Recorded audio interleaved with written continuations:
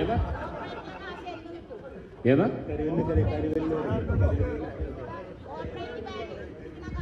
ആ E D പിടിച്ചെടുത്ത് കാശ് വെച്ചിട്ടുണ്ട്.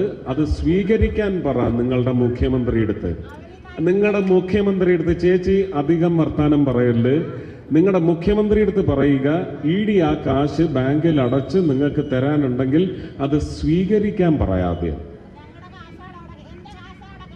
അതെ അതെ ആ അതെ, അതാ ഞാനിപ്പോ പറഞ്ഞു. നിങ്ങളുടെ മുഖ്യമന്ത്രിയെടുത്ത് പോയി ഇ ഡി പിടിച്ചെടുത്ത കാശ്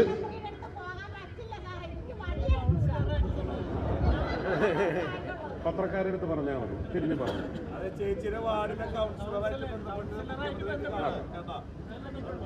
തിരിഞ്ഞു പറഞ്ഞു. പത്രക്കാരോട് പറഞ്ഞു. പത്രക്കാരെടുത്ത് പറയൂ. ചേച്ചി അതെല്ലാം ചേച്ചി മാത്രമല്ല, ആയിരക്കണക്കിന് ആൾക്കാരുണ്ട്. എന്തോ മൂന്ന് പേർക്ക് മരണം സംഭവിച്ചിട്ട് ആരാണ് വ്യക്തിപരമായി പോയി സഹായിച്ചതെന്ന് ആലോചിക്കും. ഒന്ന് ആലോചിക്കണം, അന്വേഷിക്കണം.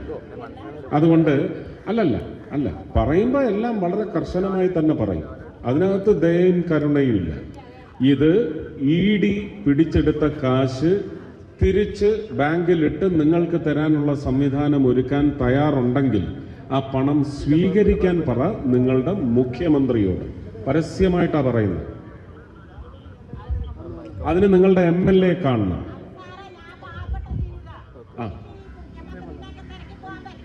അപ്പൊ പിന്നെ എന്റെ നെഞ്ചത്തോട്ട് കയറിക്കും. അതെന്ത് ന്യായമാണ്? ഇവിടെ നിങ്ങളുടെ മന്ത്രി ഇവിടെ അല്ലേ താമസിക്കുന്നത്?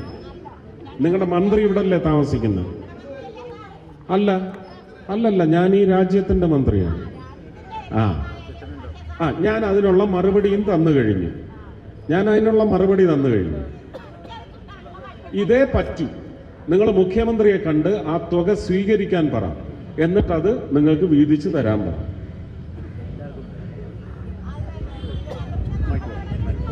കോപ്പറേറ്റിൽ കാശില്ലെന്നാണ് അവർ പറയണത്. നമ്മൾ എന്ന് കുറച്ച് കാശെങ്കിലും തായെന്ന് ചോദിക്കുമ്പോൾ അവരുടെ കയ്യിൽ കാശില്ലെന്നാണ് പറയണത്. കരുവന്നൂർ കോപ്പറേറ്റിൻ്റെ ശാഖ ഇവിടെയുണ്ട്. ഞങ്ങളെല്ലാം കാശിട്ടിരിക്കണം ഈ ഭാഗത്താണ്.